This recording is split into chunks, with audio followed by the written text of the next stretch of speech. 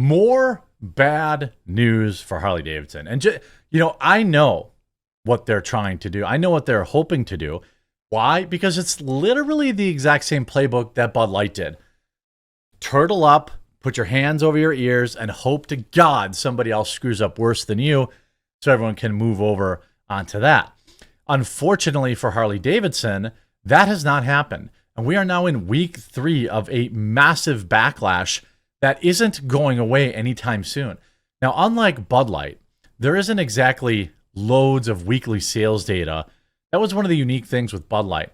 It was like as everyone boycotted it, they could see that they were having an impact, which was why it was so good. But now, as I've repeatedly said on this channel, we know now.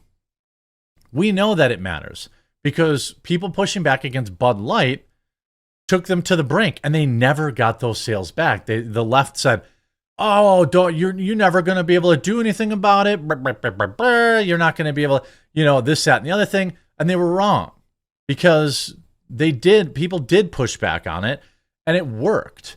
And then people pushed back against, Tractor Supply, and it worked. And people are pushing back against Harley Davidson right now, and it's going to work because their customers aren't going to stand for this nonsense. Now we got 2 shocking new hosts. By the way, huge shout out to Robbie Starbuck, who's been doing a lot of the investigation. I want to let everyone know he will be live on my channel at 1 Eastern on Tuesday this week. So that will be the 20th. Robbie Starbuck will be here on Tuesday the 20th live at 1 Eastern. So we're going to talk about everything he's got going on against Harley, everything he's found out. Perhaps he'll have some new scoops to share, so you're not going to want to miss that live stream.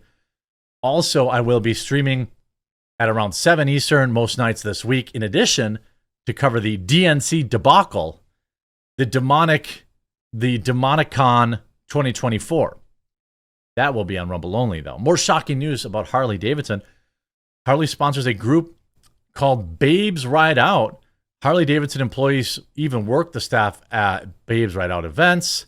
I mean, this we talked about before, but now you have this here. Wait, not Babes Ride Out. I wanted to find this thing.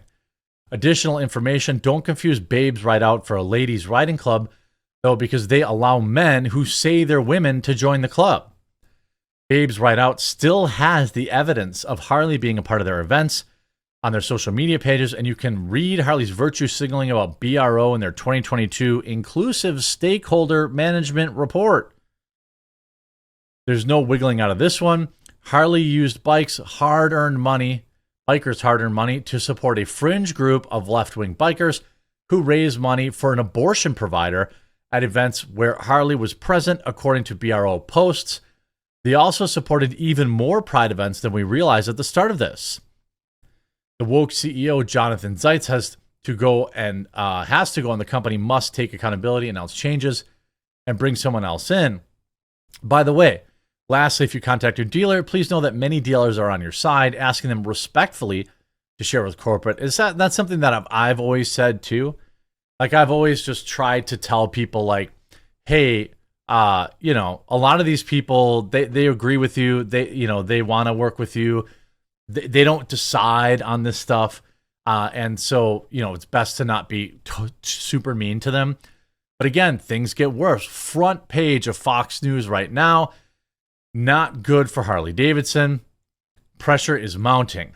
Harley must fire their woke CEO and eliminate his policies to have any chance at saving their brand, or else they face a very dark future. This is worth reading.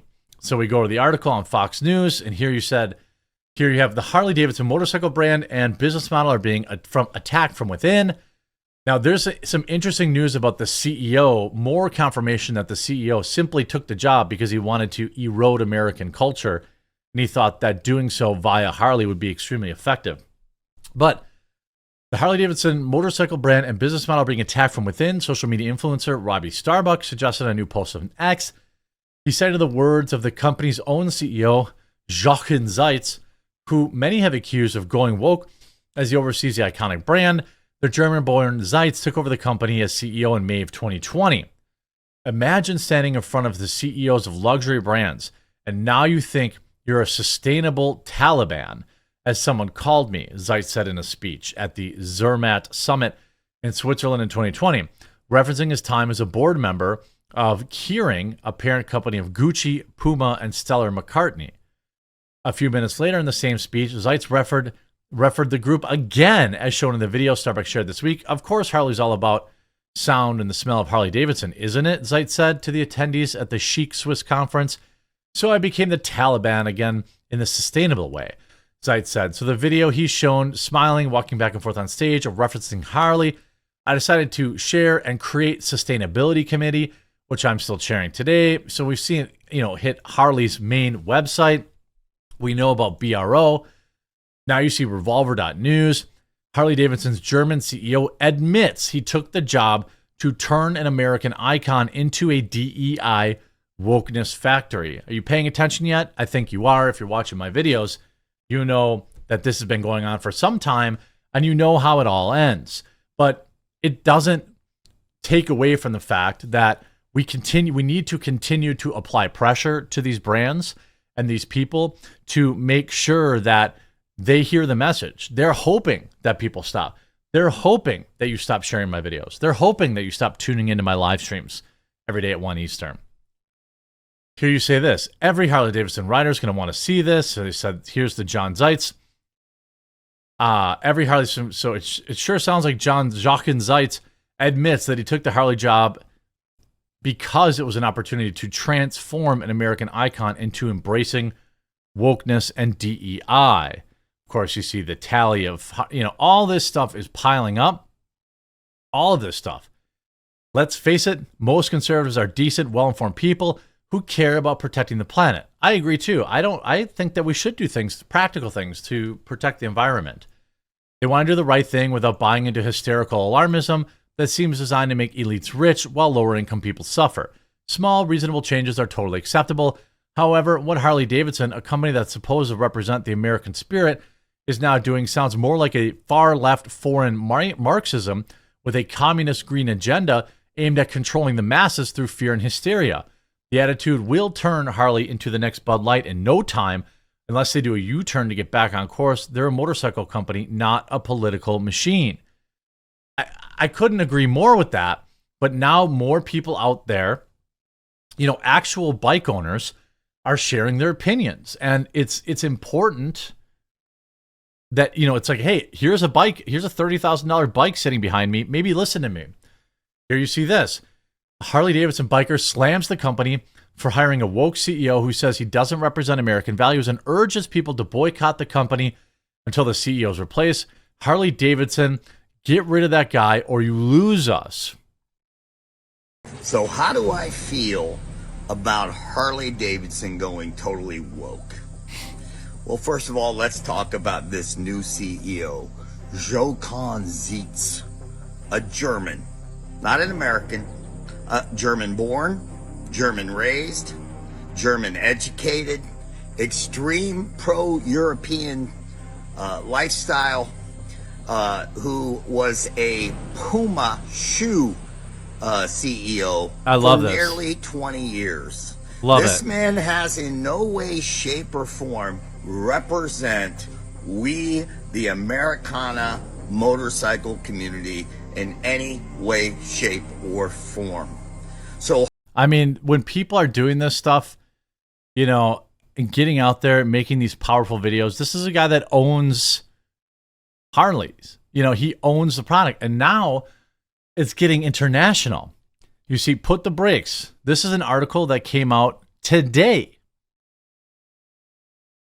Put on the brakes. Harley Davidson CEO compares himself to the Taliban in a newly unearthed video as shocked fans say brand can crash and burn. I just, this is great. I'm so proud of people who are sticking kind of to their morals and sticking to their, their principles and really pushing things forward, because this whole ideology is bad.